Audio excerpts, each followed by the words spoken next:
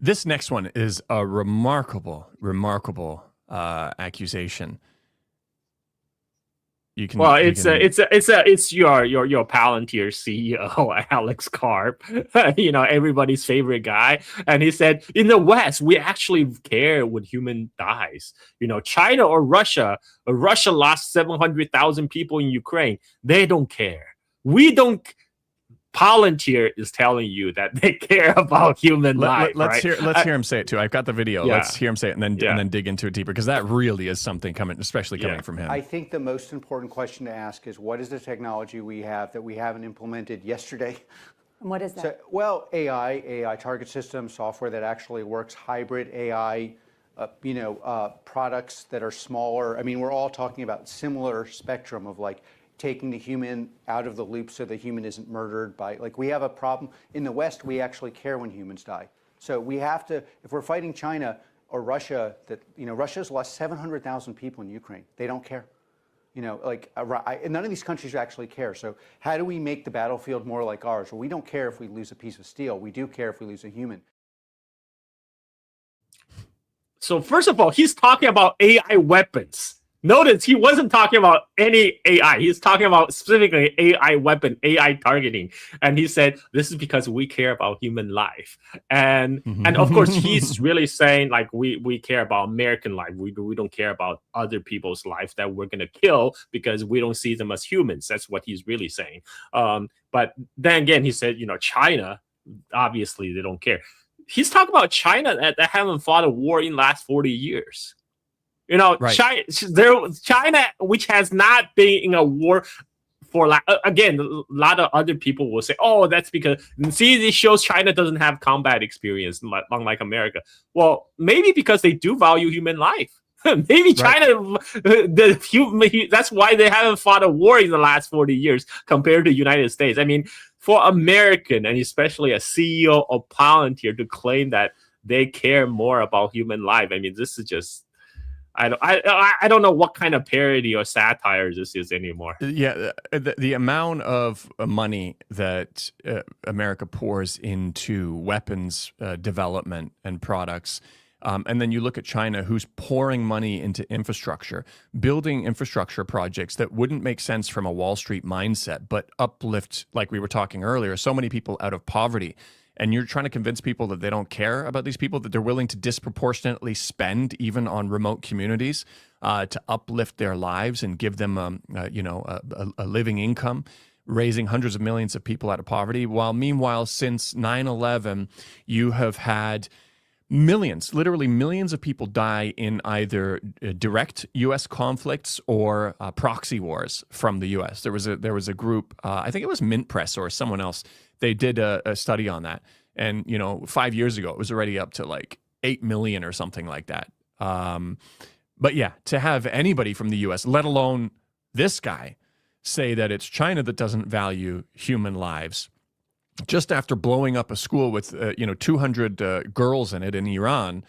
I mean, how tone deaf, how outrageous to hear someone like that say something like that.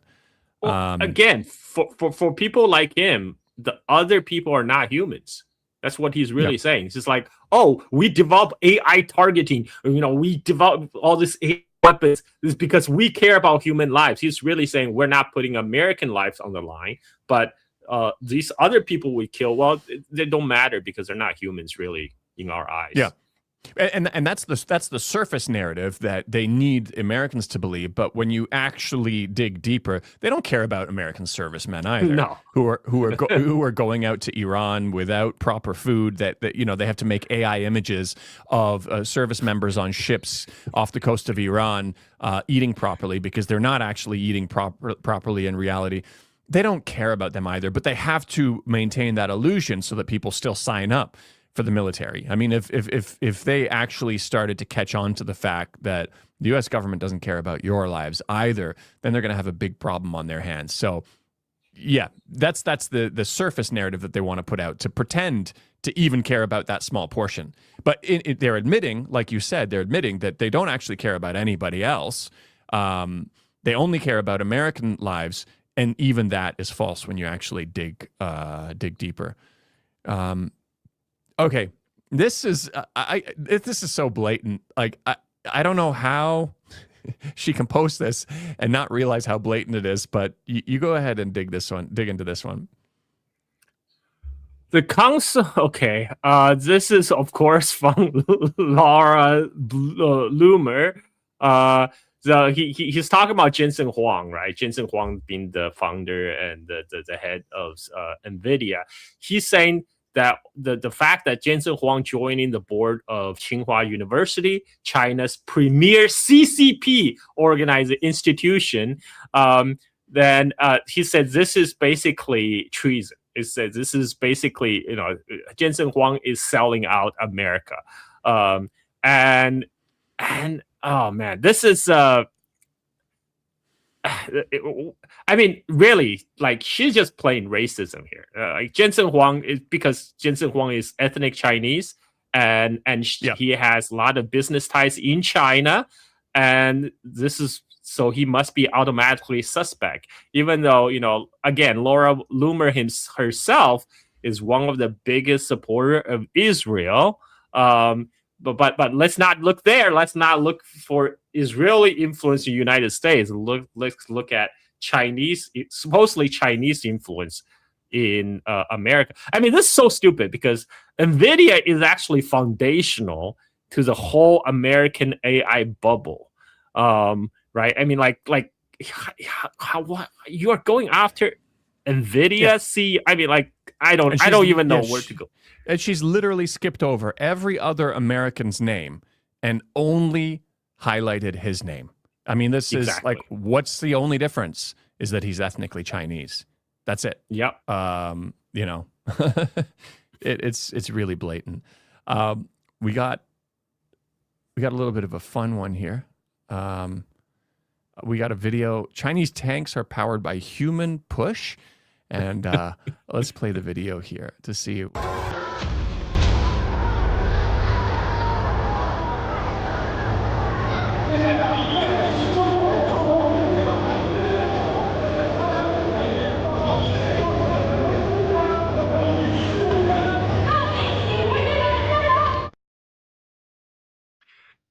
Really? So I actually saw that video on Douyin. I actually wanted to post it on Twitter and as a trolling post, say, "Oh, Strait of Hormuz closure is having a huge impact on China. The Chinese military is running out of fuel, so they have to push their armored personnel carrier."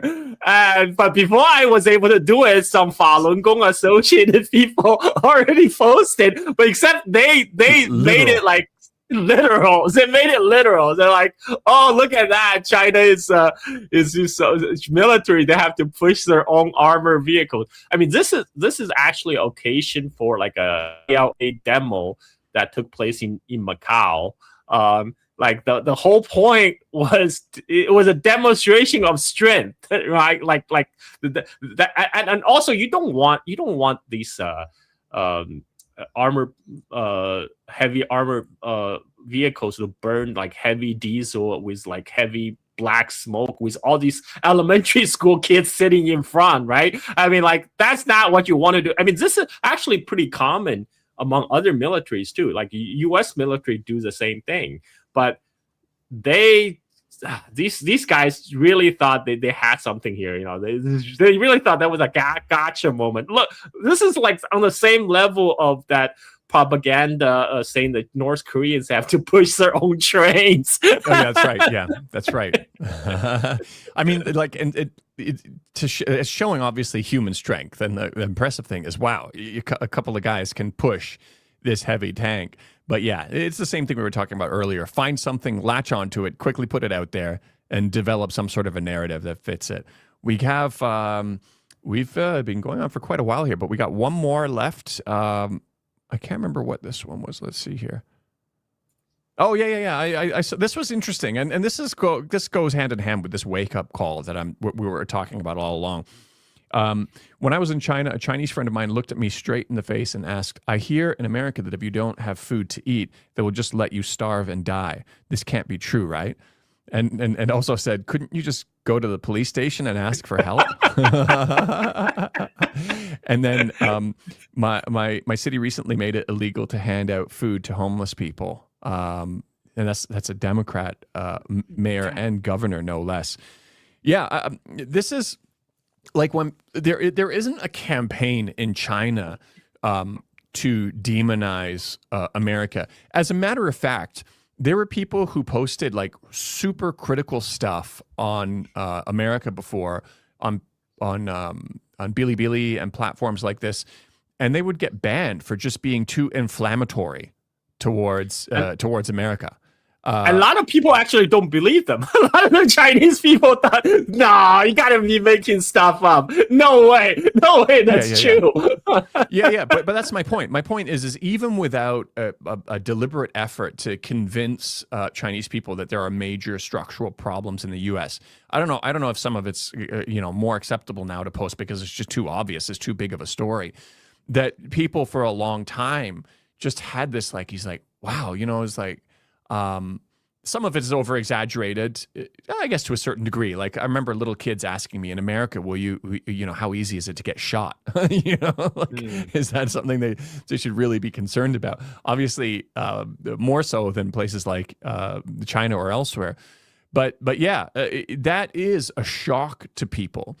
And it should be a shock to people that the richest nation on earth, the number one superpower, has people struggling the way that they are, has a homelessness problem at the level that they do, when not only is it not prioritized to solve those issues like it was here, the poverty alleviation programs, where they were literally sending people into villages all around China to solve this issue, that they're even going in the opposite direction, where they make it illegal for you to even help these people. That is such a bizarre concept for somebody in China. And the question also shows how Chinese people have a different relationship with their police. They will ask, "Why couldn't you go to the police station, ask for help?"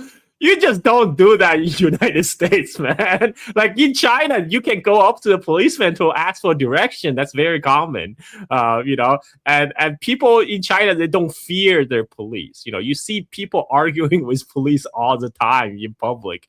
You don't want to do that in LA. I'll tell you personal experience. Don't do that in LA. There's this really cool bar near my place. It's a whiskey bar, and the guy clearly opened it as a passion project. Like he drives a Maserati. He's not one of those ones who's changed to a Chinese EV yet. He's got this giant snake that he keeps in a box in a heated whatever proper place for the snake. He's got katanas and all these different models, and it's just a cool place to hang out. And there was a police officer off duty who was there, and he was saying that there's an officer that's assigned to each neighborhood, and it's really exhausting work because you get called for everything. Sometimes it's just a couple arguing or something. He's got to show up. He's like, okay, stop arguing, whatever. But they also get called in because like their drains are blocked or something like that. And they're coming in and they're like, this is what you call me for. But then they end up helping them. They end up saying, okay, let me see if I can help you with this. And so I heard the same thing in Xinjiang also. It's like they just call them for everything. So this idea. My experience in Xinjiang with local police they're very helpful and friendly. Or according to our Russian photographer Stan, he lives in Shanghai. He says Xinjiang police even more friendlier than the Shanghai police. And by the way, most of the police I met in Xinjiang are locals. They're Uyghurs, especially in the more southern part of Xinjiang, where like the heavy Uyghur majority area. They're all locals, mostly Uyghur police. Yeah. To the point where also sometimes there's these kinds of highway checkpoints, especially as you're going to border regions, and some of them, they don't speak Mandarin that well even. Like they're usually communicating in their local language. Even people in the government who are supposed to be speaking the national, language. I remember I pulled up to one, and he's like very thick Uyghur accent. And he started talking to me, wondering where I was from, and then asking, if I have kids. And then when I told him I had 5 kids, which usually before wasn't really a big deal for Uyghurs have really big families, but he said, really? He said, 一个老婆吗? One wife?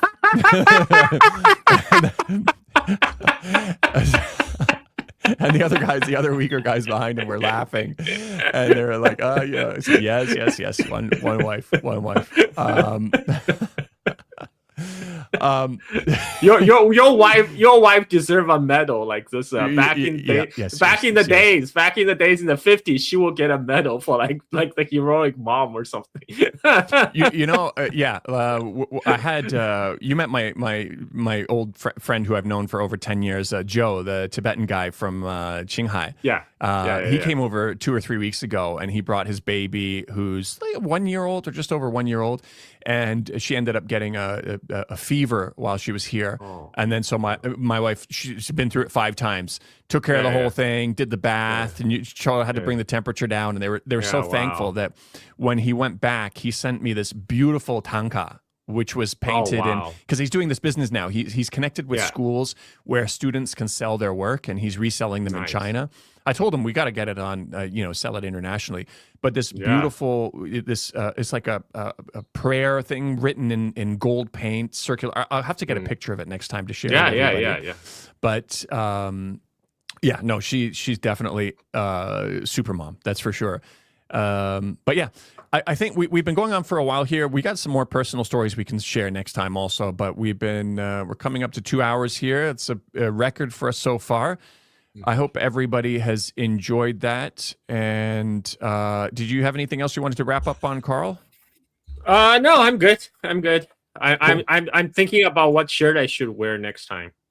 I haven't unpacked my shirts yet. I'm on my last colorful shirt. I think I've got one. I think I got one more in the tank. Okay. I'll have to pick up some more off of Pinduoduo and keep up with it. So I've got some equipment. I'm going to be driving with my family in my RV for 2 months through mostly Xinjiang.